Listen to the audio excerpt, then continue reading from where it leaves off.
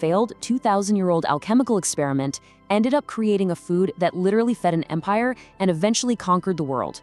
It's this wild story involving blind monks crossing deadly seas, American founding fathers writing secret letters, and a broke California couple who somehow transformed a misunderstood block of curds into an overnight supermarket industry.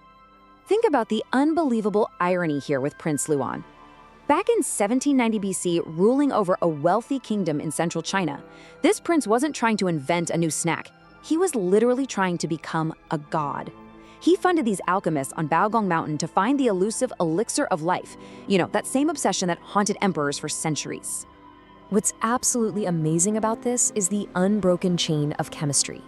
The prince's alchemists ground up soybeans, boiled them into a hot white milk, and then dropped in a pinch of mineral salt like gypsum or brine, hoping for some sort of magical reaction. Well, they got a reaction, just definitely not the one they were looking for.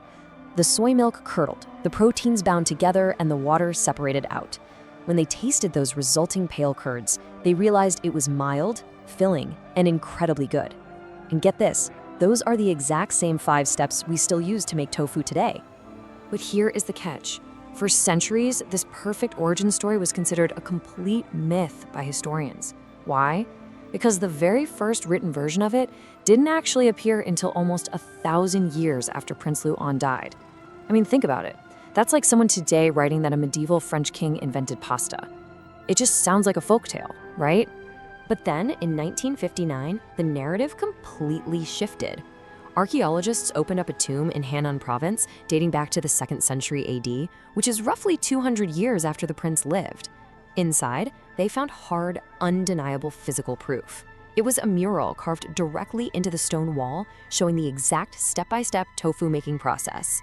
Every single stage, right down to the grinding and pressing, was right there. It's the earliest documented tofu workshop on Earth.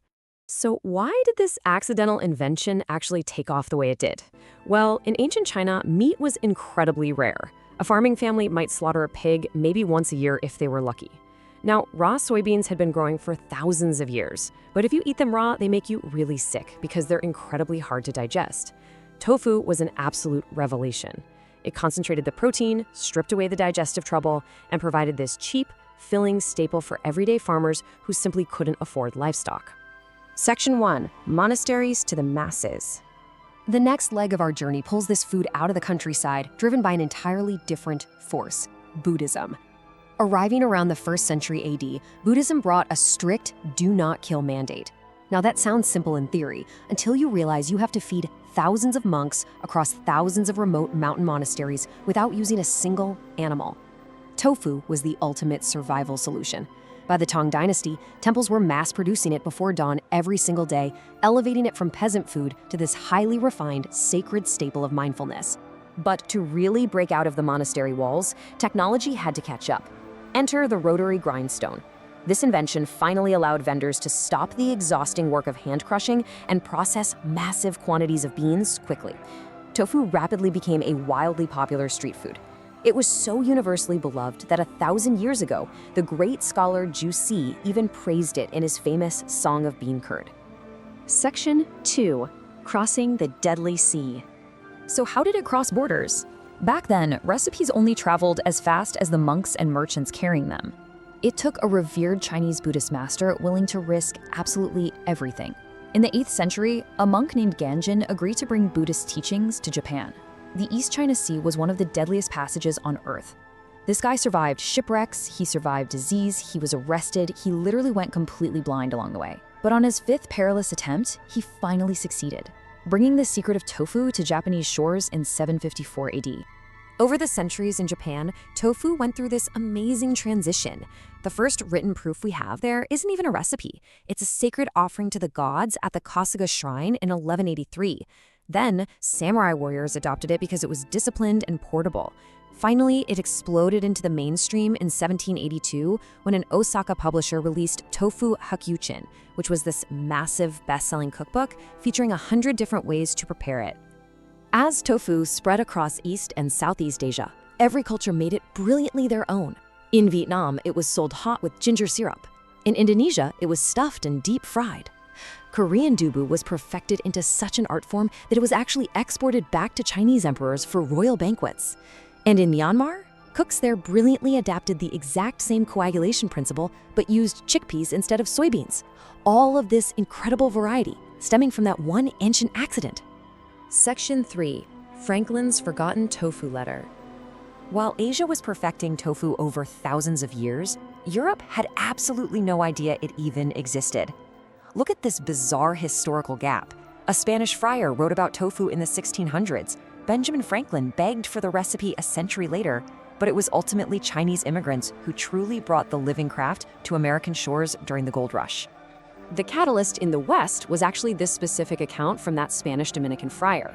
Benjamin Franklin, who, by the way, was one of the most obsessive food and agriculture nerds in early America, was in London when he read it. He tracked down a Scottish trader just to get the recipe, and in January 1770, Franklin mailed actual soybeans and instructions back to Philadelphia. It stands as the very first American document to ever mention tofu. Yet, here's a really strange paradox. Franklin's seeds never grew. Fast forward to the 1930s, and America was growing mountains of soy, but almost entirely for industrial use. Henry Ford literally wore a suit made of soy fiber. Meanwhile, mainstream America completely ignored the beautiful, hand-cranked tofu being made daily before dawn in immigrant Chinatowns from San Francisco to Sacramento. These immigrants quietly kept the craft alive while the rest of the country wasn't even looking. Section 4. Immigrants and Zen Students. It would take an unlikely duo in the 1970s to finally break tofu out of obscurity.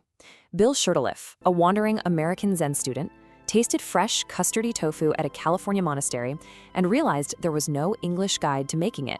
So what does he do? He moves to Japan.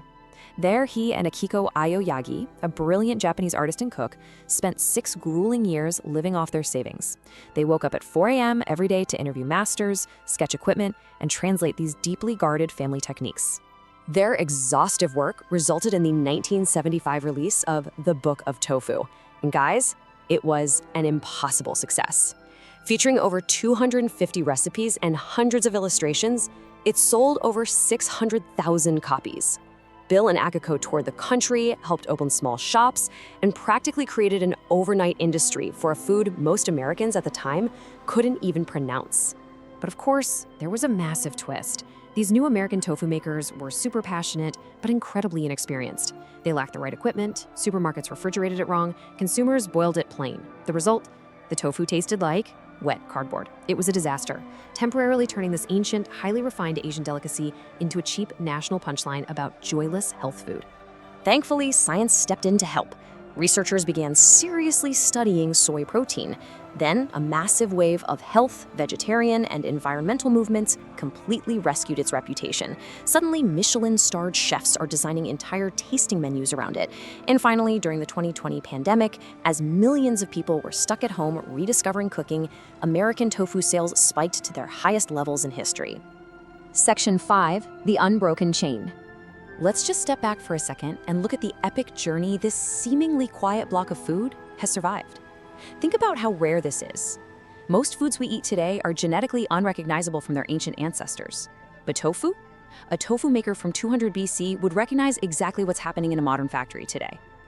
Prince Liu never achieved his eternal life, but through alchemists, blind monks, founding fathers, and immigrant families, his simple alchemical accident, well, it achieved an immortality of its own. So I want to leave you with this thought to wrap up our explainer today.